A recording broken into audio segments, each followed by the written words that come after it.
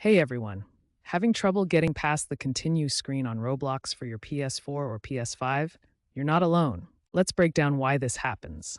Think of the continue screen as Roblox's way of loading the game, verifying your account, and connecting to Roblox's servers. Here's what the loading screen looks like.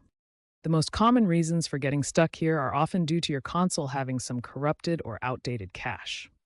Or there are issues with connecting with the servers. It can also sometimes be due to a glitch in the app itself or a recent update that hasn't fully synced properly. Basically, your PlayStation is having trouble loading the necessary data to get you into the game. Don't worry, we're going to fix it.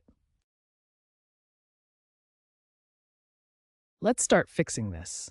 The first step is clearing Roblox's cache on your PlayStation.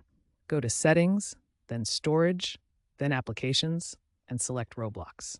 From there, find the option to delete the cached data. This removes temporary files that might be causing the freeze. Next, make sure both your PlayStation's firmware and the Roblox app are up to date. Updates often fix bugs that cause these freezes.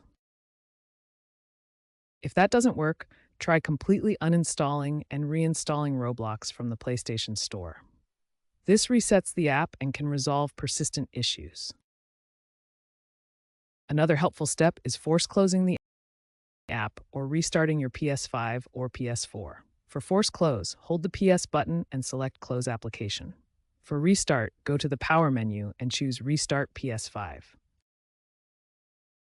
Finally, ensure you're using a stable internet connection and that Roblox servers aren't down.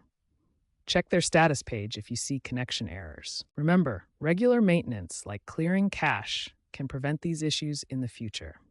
These steps should get you back to playing Roblox smoothly.